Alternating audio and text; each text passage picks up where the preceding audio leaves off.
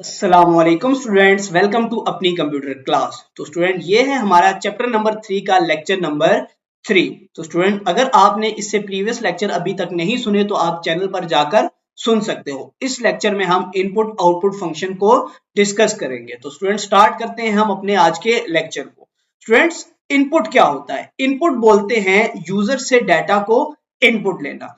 User से हम data keyboard के जरिए इनपुट लेते हैं और वो डाटा हमारे पास वेरिएबल में जाकर स्टोर हो जाता है। हम पहले भी डिस्कस कर चुके हैं कि वेरिएबल हमारे पास किस लिए यूज होता है। वेरिएबल हमारे पास डाटा स्टोर करने के लिए यूज होता है। या तो हम वेरिएबल को इनिशियलाइज करवाते हैं या वेरिएबल को हम डिक्लेयर करते हैं। जब हम वेरिएबल को डिक्लेयर करते हैं यानी वेरिएबल बनाने के बाद यूजर से इनपुट लेते हैं तो वो डाटा हमारे पास वेरिएबल में स्टोर हो जाता है। इनपुट के जरिए ही स्टूडेंट हमारा जो प्रोग्राम होता है ना, वो यूजर को रिस्पॉन्ड करता है। यानी कि यूजर कोई भी इनपुट एंटर करेगा, उस पर प्रोसेसिंग होगी और उसे रिजल्ट मिल जाएगा। स्टूडेंट्स, अगर हमें पाइथन में यूजर से इनपुट लेनी है तो उसके लिए हम इनपुट फंक्शन का यूज करते हैं। तो उसके लिए हमें उसके सिंटैक्स का पता होना चाहिए। सबसे पहले स्टूडेंट हमारे पास आता है हमारा वेरिएबल नेम। वेरिएबल नेम रखने के रूल्स हम ऑलरेडी कवर कर चुके हैं, आप वो लेक्चर भी सुन सकते हो। आप उन रूल्स का यूज करते हुए यहाँ पे कोई भी अपने वेरिएबल का नाम बना सकते हो। फिर आता है हमारा असाइनमेंट ऑपरेटर। असाइनमेंट ऑपरेटर को हम अपनी आने वाली वीडियोस में कवर करेंगे। फिर हम लिखते हैं अपना इनपुट फंक्शन और उसके साथ आती है हमारे पास पैरेंथेसिस। हमने ये पढ़ा था कि कोई भी फंक्शन हो उसके साथ हमारे पास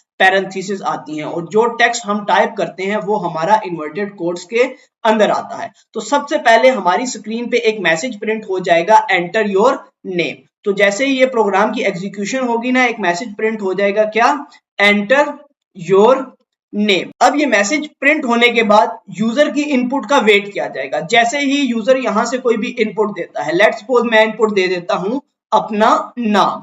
अब मैंने इनपुट दिया तो मेरा ये जो नाम था वो इस नेम के वेरिएबल के अंदर जाकर स्टोर हो जाएगा। तो इस तरह से हमारा इनपुट फंक्शन काम करता है। फिर है स्टूडेंट हमारी आउटपुट। आउटपुट स्टूडेंट हमारी वो इंफॉर्मेशन होती है जो रिजल्ट के तौर पर हम यूजर को डिस्प्ले करवाते हैं। आउटपुट हमारी कोई भी हो सकती है, हमारे टेक्स्ट, नंबर, कोई भी वेरिएबल की वैल्यूज हो सकती हैं या हमारा फाइनल रिजल्ट हो सकता है।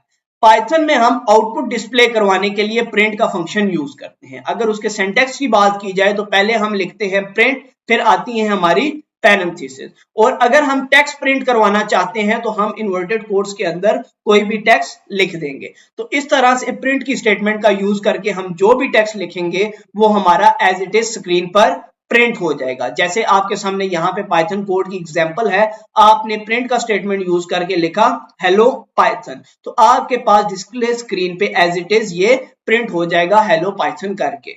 स्टूडेंट्स, इसी के साथ ना हम प्रिंट फंक्शन में कुछ चीजें यूज करते हैं। जैसे हमारे पास पॉजिटिव का साइन हो गया। वैसे तो मैथमेटिक्स में हम प्लस का यूज करते हैं एडिशन के लिए, लेकिन जब हम इसे प्रिंट में यूज करते हैं ना तो ये हमारे पास बाज टाइम पे कॉन्कैटिनेशन का काम भी करता है। हम आगे जाके एक और एग्जांपल से समझेंगे कि किस टाइम ये कॉन्कैटिनेशन का काम करता है और किस टाइम ये एडिशन का काम करता है। अगर तो स्टूडेंट हम दो वेरिएबल बनाते हैं, लेट्स सपोज हम ए को कह देते हैं 5 और बी को कह देते हैं हम 10, और हम एक प्रिंट की स्टेटमेंट लगाते हैं। प्रिंट की स्टेटमेंट में हम कह देते हैं a प्लस बी। तो यहाँ पे देखो, a के जो डाटा है वो भी इंटीजर है, b का जो डाटा है वो भी इंटीजर है। तो ये वेरिएबल्स के नाम उनकी वैल्यूज से रिप्लेस हो जाएंगे। यहाँ पे आ जाएगा एग्जीक्यूशन टाइम पे 5, यहाँ पे आ जाएगा 10। तो जब भी ये पॉजिटिव का साइन दो इंटीजर्स के दरमियान में आएगा तो ये एडिशन करेगा, ये हो जाएगा हमारे पास 15। लेकिन साथ ही आप इस कोड में देखो, यहाँ पे ये जो नेम है ये हमारे पास स्ट्रिंग है। उसी के साथ स्टूडेंट प्रिंट स्टेटमेंट में आप ये देखो हेलो, ये भी आपके पास स्ट्रिंग है। जैसे ही ये दो स्ट्रिंग के दरमियान में आएगा, ये हेलो भी स्ट्रिंग है और नेम के अंदर जो डाटा है वो भी हमारे पास स्ट्रिंग है। तो जब भी पॉजिटिव का साइन हमारे पास दो स्ट्रिंग के दरमियान में आएगा तो ये हमारे पास स्ट्रिंग कॉन्कैटिनेशन का एक फंक्शन होता है, उसको परफॉर्म करेगा। स्ट्रिंग कॉन्कैटिनेशन कहते हैं दोनों वैल्यूज को मिलाकर लिख देगा। तो ये इस तरह से दोनों वैल्यूज को मिलाकर लिख देगा। स्टूडेंट्स, हम पाइथन के अंदर प्रिंट स्टेटमेंट में कोमा का भी यूज करते हैं। कोमा का यूज इसलिए करते हैं, ये हमारे पास ना ऑटोमेटिकली स्पेसेस ऐड कर देता है वैल्यूज के दरमियान में। ये बिगनर्स के लिए बहुत ही यूजफुल होता है। जब भी आप कोई चीज प्रिंट करवा रहे हो तो आप कोमा का यूज कर सकते हो। अब आप इस प्रिंट की स्टेटमेंट में देखो, ये जो हमारे पास यहाँ पर मौजूद है, इसमें हमने टेक्स्ट और अपने वेरिएबल के डाटा को सेपरेट करने के लिए कोमा का यूज कर लिया। अब कोमा क्या करेगा, हमारे पास इनके दरमियान में स्पेसेस ऐड कर देगा। तो आप यहाँ पे देख सकते हो ये हमारी स्पेसेस ऐड हो गई हैं। नेक्स्ट स्टूडेंट हमारे पास इंडेंटेशन इन पाइथन, जिसकी हम पहले भी डिस्कशन कर चुके हैं। इंडेंटेशन हमारे पास स्पेसेस को बोलते हैं। जो हमारे पास बिगनिंग ऑफ द लाइन में जो स्पेस आती है उसको इंडेंटेशन बोलते हैं। जैसे आप यहाँ पे देखो, प्रिंट की स्टेटमेंट से पहले हमारे पास ये स्पेस आई है ना, तो इस चीज को बोलते हैं इंडेंटेशन। पाइथन में इंडेंटेशन बहुत ही ज्यादा मायने रखती है। इंडेंटेशन के जरिए ही पता चलता है कि कोई भी स्टेटमेंट किसी दूसरी स्टेटमेंट के साथ लिंक है या नहीं।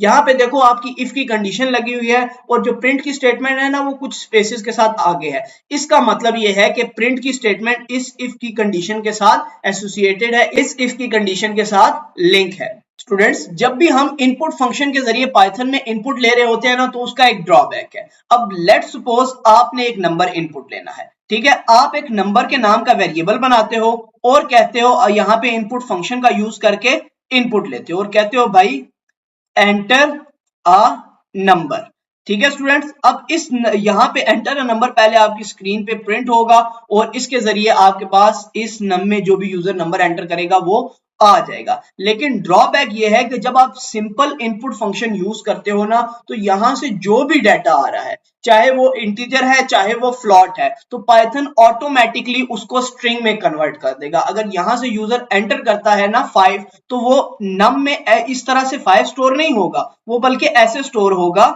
num इज इक्वल टू 5, ठीक है। क्योंकि पाइथन का ये ड्रॉबैक है कि इनपुट फंक्शन ऑटोमेटिकली उस जो भी किस्म का डाटा हो उसको स्ट्रिंग में कन्वर्ट कर देता है। तो इस चीज से बचने के लिए आप उस डाटा की कन्वर्जन करते हो, या आप ये कह सकते हो उसके साथ आप उसकी डाटा टाइप बताते हो। अब आप उसकी कन्वर्जन करते हो या इंटीजर में या फ्लॉट में, वो डिपेंड करता है कि आप किस तरह की इनपुट ले रहे हो। अगर तो आप होल नंबर इनपुट ले रहे हो, होल नंबर जैसे हम पहले भी डिस्कस कर चुके हैं, अगर हमारे फिक्स नंबर हो, जैसे हमारे पास 0 हो गया, 1 हो गया, 2 हो गया, तो उसके लिए हम इंटीजर का यूज करेंगे। अगर हमारे पास डेसिमल नंबर हो, पॉइंट नंबर हो, जैसे हमारे पास 10.5 हो गया, इसी तरह हमारे पास 8 पॉइंट समथिंग हो गया, तो उसके लिए हम फ्लॉट यूज करेंगे। क्योंकि इनपुट फंक्शन क्या करेगा, उसको डायरेक्ट स्ट्रिंग में कन्वर्ट कर देगा। तो इससे बचने के लिए हम क्या करेंगे, उसकी कन्वर्जन फंक्शन यूज करेंगे या डाटा टाइप बता देंगे कि जो भी डाटा आ रहा है वो हमारा इंटीजर का है या जो भी डाटा आ रहा है वो हमारा फ्लॉट का है।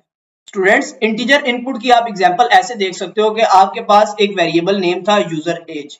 अब यहां से आपने साथ उसे बता दिया भाई इंटीजर, ठीक है। अब फिर आपने इनपुट ली। अब यहां से ये जो डाटा आएगा ना वो सारा कन्वर्ट हो जाएगा किसमें, इंटीजर में, क्योंकि हमने पहले से बता दिया है कि हमें इस वेरिएबल में जो डाटा स्टोर करना है वो कौन सा होने वाला है, इंटीजर। नेक्स्ट स्टूडेंट, बहुत ही इंपॉर्टेंट है कि हम इंटीजर फंक्शन का यूज क्यों करते हैं। जैसा कि हम पहले भी डिस्कस कर चुके हैं, जब भी हम इनपुट फंक्शन से कोई भी इनपुट लेते हैं तो पाइथन ऑटोमेटिकली उसको स्ट्रिंग में कन्वर्ट कर देगा। जब हम उसे बताएंगे कि इंटीजर में करो तो वो उसको पहले कन्वर्जन करेगा इंटीजर की, तो जब हम उसे नंबर के साथ ऐड करेंगे तो वो एडिशन होगी, वरना वो क्या करेगा, स्ट्रिंग हमने पहले डिस्कस किया, वो कॉन्कैटिनेशन का फंक्शन परफॉर्म करेगा और स्ट्रिंग्स आपस में ऐड नहीं हो सकती, वो उन दोनों को मिलाकर लिख देगा। इसी तरह अगर स्टूडेंट हमने ना यूजर से फ्लॉट डाटा इनपुट लेना हो तो सिंपल हमें क्या करना पड़ता है, इनपुट से पहले फ्लॉट लगा देना है। इससे जो भी डाटा आ रहा होगा वो पहले फ्लॉट में कन्वर्ट हो जाएगा, उसके बाद जाके किसी वेरिएबल में स्टोर होगा। अब जो स्टूडेंट मैं आपको बात कर रहा था कि इंटीजर या फ्लॉट क्यों जरूरी है, अगर आप देखो तो यहाँ पे ना आप इनपुट फंक्शन के साथ सिंपल एज इनपुट ले रहे हो और उस एज को आप 5 में ऐड कर रहे हो, तो यहाँ पे आपके पास एरर आने के चांसेस हो जाएंगे। क्योंकि यहाँ पे आपके पास ये जो यहाँ इसमें डाटा आएगा ना, लेट्स सपोज 10 आता है तो वो स्ट्रिंग हो जाएगा, और यहाँ पे ये जो 5 है ये हमारे पास इंटीजर है, तो कभी भी स्ट्रिंग और इंटीजर आपस में ऐड नहीं हो सकते, तो यहाँ पे एरर आ जाएगा। तो इसकी करेक्ट एग्जांपल क्या है कि आपने जब भी कोई नंबर या जब भी कोई आपने डेसिमल पॉइंट इनपुट लेना है तो उसके लिए या तो इंटीजर यूज करने हैं या तो आपने फ्लॉट यूज करना है। जब यहां से आप इंटीजर का इस्तेमाल करके इनपुट लोगे और अगर 10 आता है तो वो 5 में इजीली ऐड होके हमारे पास रिजल्ट 15 प्रिंट हो जाएगा।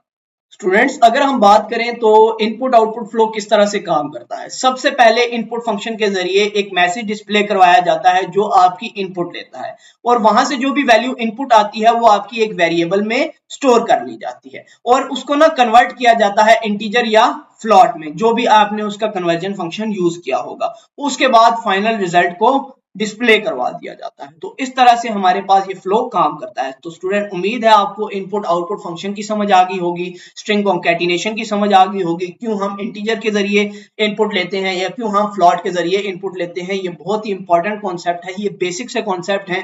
जब आगे जाकर आप प्रोग्रामिंग करोगे तो उसमें ये सारे कॉन्सेप्ट आपके यूज होने वाले हैं। तो स्टूडेंट उम्मीद है ये कॉन्सेप्ट आपके क्लियर हो गए होंगे। मिलते हैं नेक्स्ट वीडियोज में, तब तक अपना ख्याल रखिएगा।